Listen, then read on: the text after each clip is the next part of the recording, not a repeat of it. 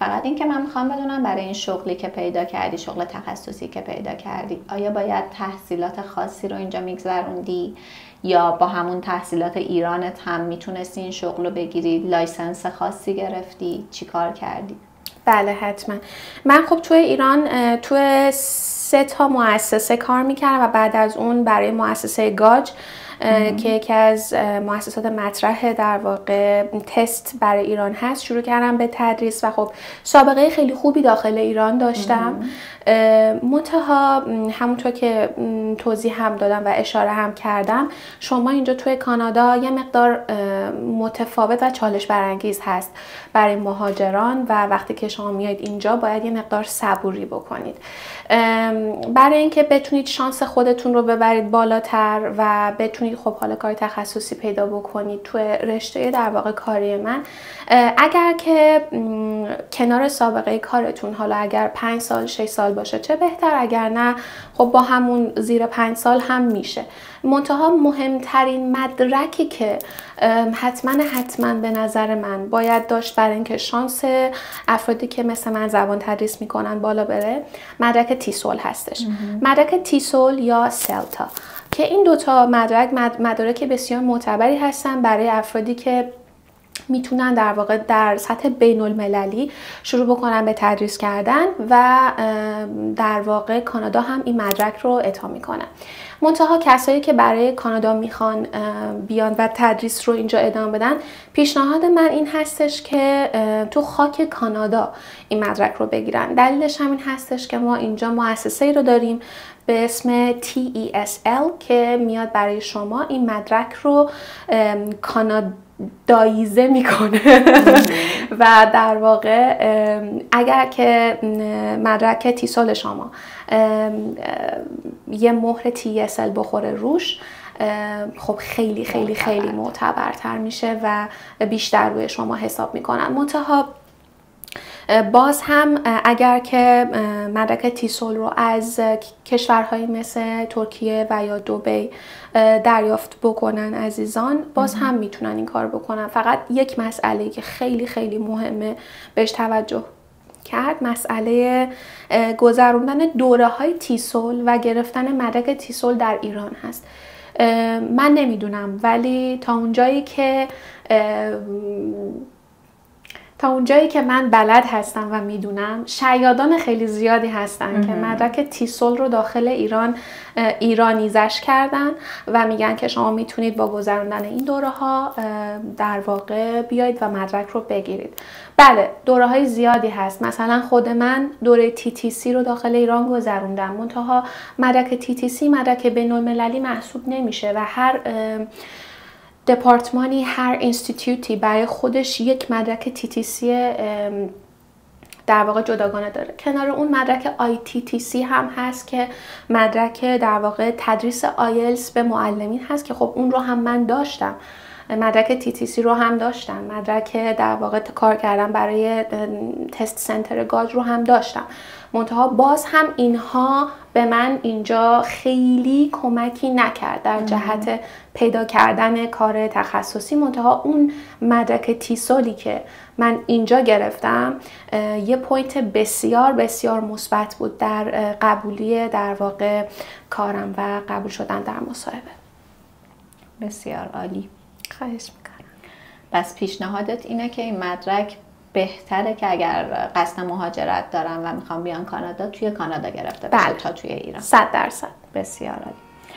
حالا به عنوان کسی که هم توی ایران تدریس داشتی، همینجا تدریس داشتی و داری، میخوام ببینم که چه تفاوت‌هایی هست به نظرت بین تدریس تو ایران و تدریس تو اینجا؟ خیلی سوال جامعی هستش.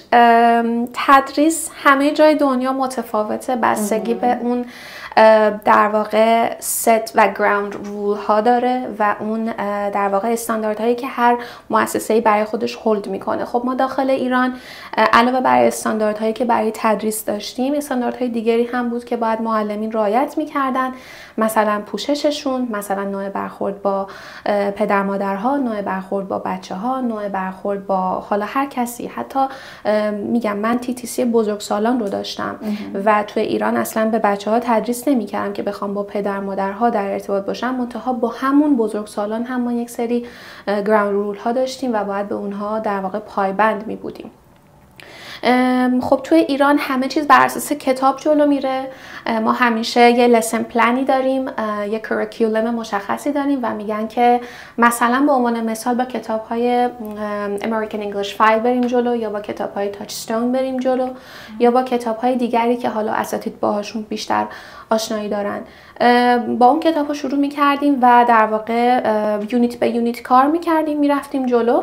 منتها اینجا اگر که شما معلم اینستیتوت نباشید و اگر معلم کالج باشید، باز هم بستگی به کالج داره. منتها اگر که دپارتمان خودتون رو داشته باشید، مثل چیزی که در واقع من دارم الان اجراش میکنم، کریکولوم رو خودتون میتونید طراحی بکنید، کتابایی که استفاده میشه خودتون میتونید طراحی بکنید، اون بخش‌هایی که میتونید حالا از کتاب‌های مختلف میکس بکنید، اگر دوست دارید میتونید میکس بکنید. سوپروایزری نیست که کلاس شما رو چک بکنه یا به شما بگه که چه کارهایی رو بهتر انجام بدید، چه کارهایی رو نباید انجام بدید. میگم باز هم بستگی داره که شما کجا تدریس میکنید. اگر توی اینستیتوت های خب به هر حال تدریس زبان انگلیسی باشه، یه مقدار سختگیری ها و در واقع سوپرویژن بیشتر هستش. منتها اگر که کالج خودتون یعنی دپارتمان خودتون رو در کالج داشته باشید و کلاس ها همگی دست خودتون باشه، اونجا دیگه ست کردن در واقع کریکولوم و حالا لسن پلن ها یا هر چیز دیگه دست خودتون هستش. یعنی آزادی عمل بیشتری اینجا دارین برای کار خودتون. بله، نسبت به ایران. حالا تفاوت‌های تدریس رو گفتی، خیلی هم خوب بود. میخوام ببینم حالا تفاوت‌هایی که علاوه محیطی، حالا بچه‌ها، والدین، چیزهایی که تفاوت‌هایی که اینجوری حس کردی چیا بوده؟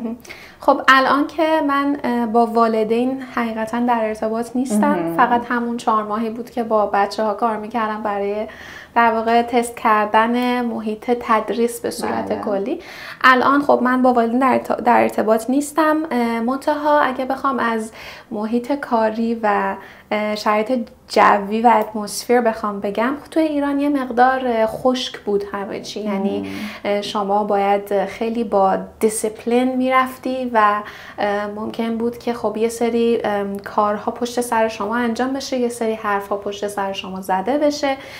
یه مقدار محیط بسته ای بود و خب شما خیلی راحت نبودی و احساس کامیونیتی نداشتی، احساس می‌کردی که جزء یک کامیونیتی نیستی. منتها داخل اینجا من این حس رو داشتم. البته که اینها همه تجربیات من هست. یعنی اینطور نیست که من بگم داخل ایران شما به هیچ عنوان اینها رو ندارید. اتفاقا من دوستانی رو داشتم داخل ایران که بسیار بسیار از مؤسسه‌ای که کار می‌کردن درش راضی بودن، منتها مؤسسه‌ای که من کار می‌کردم یه مقدار بسته‌تر بودش. خب اینجا خیلی از همکاران ما از کشورهای متفاوت و متعددی هستند و اکثرا از آسیا هستند و خوبی در واقع این میکس از همه جا اینه که ما هر روز مشتاقیم که از تفاوت‌های همدیگه چیزی یاد بگیریم، از همدیگه چیزی بدونیم و خب خیلی وقتا غذا حتی شیر میکنیم، خیلی وقتا با هم صحبت میکنیم راجع به مثلا یه سری از موضوعات و این تفاوت‌ها واقعا شگفت انگیزه و باعث میشه که آدم واقعا به وجد بیاد. بسیار عالی. مسلماً دستمزد خب یه مسئله خیلی شخصی هستش و من اصلا نمیخوام که بپرسم که دستمزد چقدره. فقط این که میخوام کلاً در مورد این شغل یه مقدار آگاهی بیشتری به بینندگان عزیزمون بدم. میخوام ببینم که رنج دستمزد توی این شغل برای کار کردن برای کالج تقریباً تو چه بازه‌ایه؟ میتونی بهمون بگی؟